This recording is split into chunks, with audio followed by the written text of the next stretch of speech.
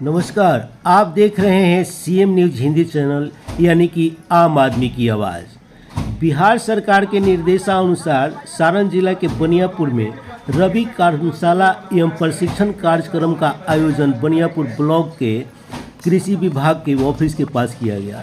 इस कार्यक्रम का विधिवत उद्घाटन बनियापुर अंचलाधिकारी श्री स्वामीनाथ राम द्वारा किया गया और इस विषय पर तमाम उपस्थित कृषि विभाग से संबंधित और आत्मा से संबंधित पदाधिकारियों ने कृषि के विकास के लिए और किसानों को प्रशिक्षण के लिए और उचित समय पर उचित बुआई के लिए अपने अपने कि निर्देश जारी किए और उन्होंने प्रशिक्षण दिया कि किस समय पर किस फसल की बुआई करना चाहिए ताकि किसानों को ज़्यादा से ज़्यादा लाभ पहुँचे। उन्होंने ये भी कहा कि किसान जो है वो इस देश के अन्नदाता हैं, उनके लिए बिहार सरकार और केंद्र सरकार भी अपने तरफ से भरपूर प्रयास कर रही है। सारी योजनाओं के तहत उनके जितने भी लाभ मिल रहे हैं, हर लाभ के प्रति किसानों को सचेत रहना चाहिए और किसी को आगे बढ़ाना चाहिए। जितना भी सहयोग हो सकेगा बिहार सरकार की नीतियों के अंतर्गत किसानों को भरपूर आर्थिक सहायता भी दी जाएगी।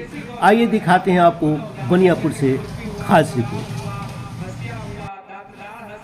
रबी कार्यशाला एवं प्रशिक्षण कार्यक्रम में मुख्य रूप से भाग लेने वालों में अंचलाधिकारी बनियापुर श्री स्वामीनाथ राम और इसके साथ ही जिला उप परियोजना निदेशक सारण के शमशेर आलम और इसके साथ ही ब्लॉक के कृषि पदाधिकारी अभय कुमार, आत्मा के अध्यक्ष विनय कुमार, बीटीएम अनूप कुमार श्रीवास्तव, एटीएम अभिषेक कुमार सिंह, अनवर हुसैन, इसके साथ ही कृषि समन्वयक दयाशंकर राम, अतुल कुमार और इसके साथ सैकड़ों किसान इस मौके पर उपस्थित रहे।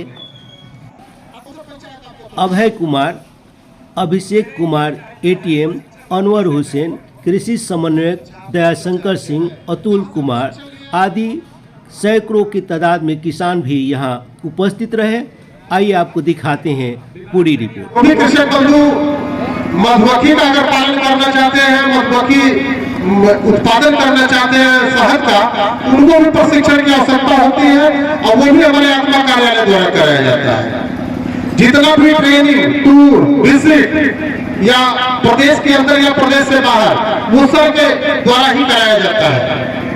तो आप लोग आत्मा में जितने भी हमारे प्रखंड तकनीकी प्रबंधक जी हैं अरुण प्रकाश जी, आप उनसे संपर्क करके जो भी ट्रेनिंग या प्रशिक्षण होता है आप ले सकते हैं। तो ये हमारा क्षेत्र विस्तार कार्यक्रम के अंतर्गत हो गया, तो भी अनुदान उनको दिया जाएगा।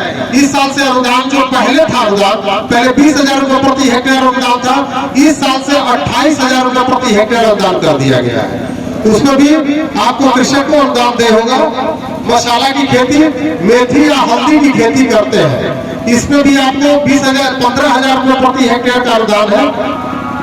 और सुगंधित पौधों की खेती करते हैं तो 20,000 रुपये प्रति हेक्टेयर है।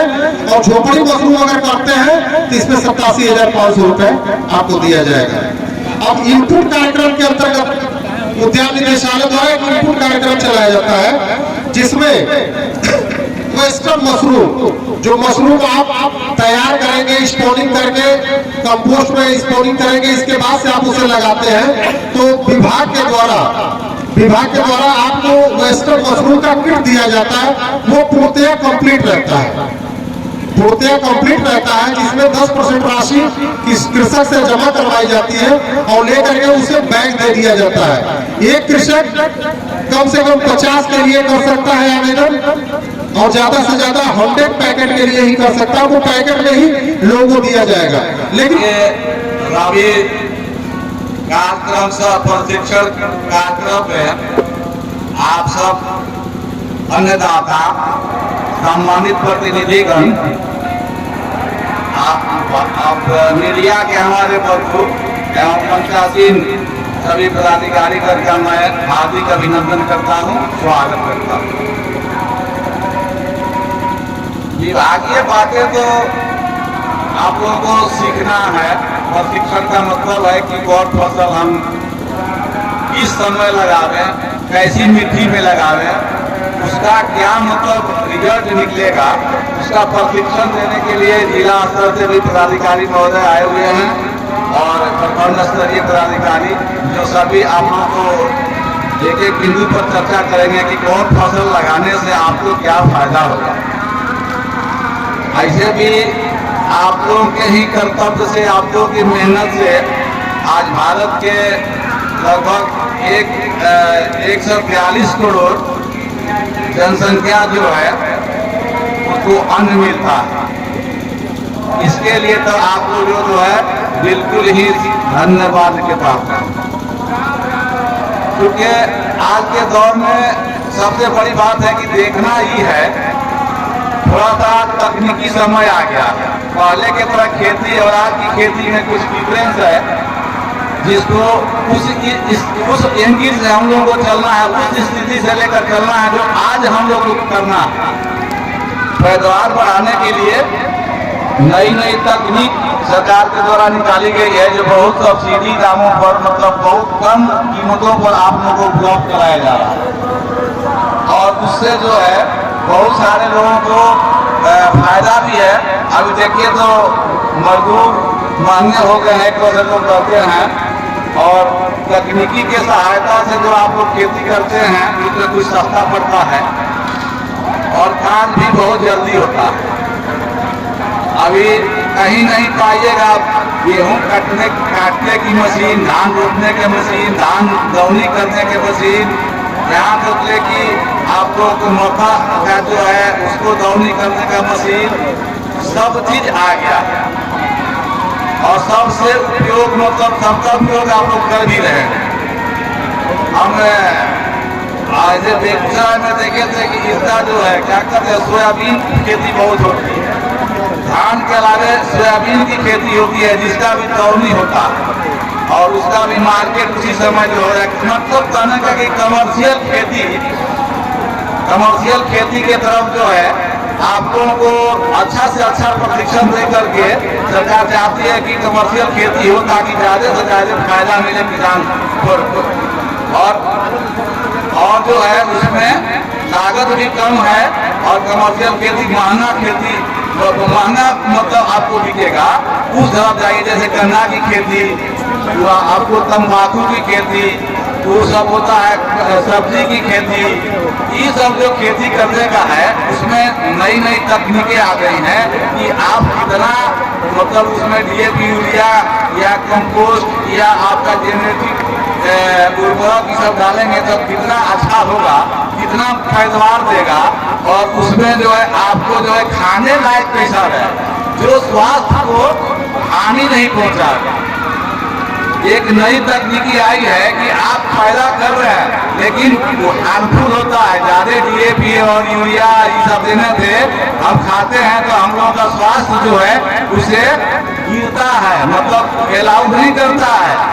उसको भी हम लोग को रोकना, अपने जीवन को सुरक्षित रखने के लिए भी उस चीज को रोकना है कि उस पर हम 100% डिपेंड नहीं रहे। कंपोस्ट वगैरह का भी प्रयोग करें। कंपोस्ट खाद जो है जैविक इसको आपको DAP यूरिया रासायनिक उर्वरक को जो है उसको थोड़ा ही करता है, काटता है, उसका मतलब ये रिएक्शन को काटता है। इसीलिए खेतों में जैविक खाद और ये कंपोस्ट देना जरूरी है। यही लेकर रासायनिक का प्रयोग को कम करिए, ज्यादा आप जैविक का प्रयोग करिए, आप अपने स्वस्थ रहिए और खेतों को स्वस्थ रखिए। इसी के लिए सरकार का सोच है और मोटे अनाज की ओर है। अभी G20 हुआ था, उसमें भी मोटे अनाज का बहुत बढ़ावा चढ़ावा हुआ।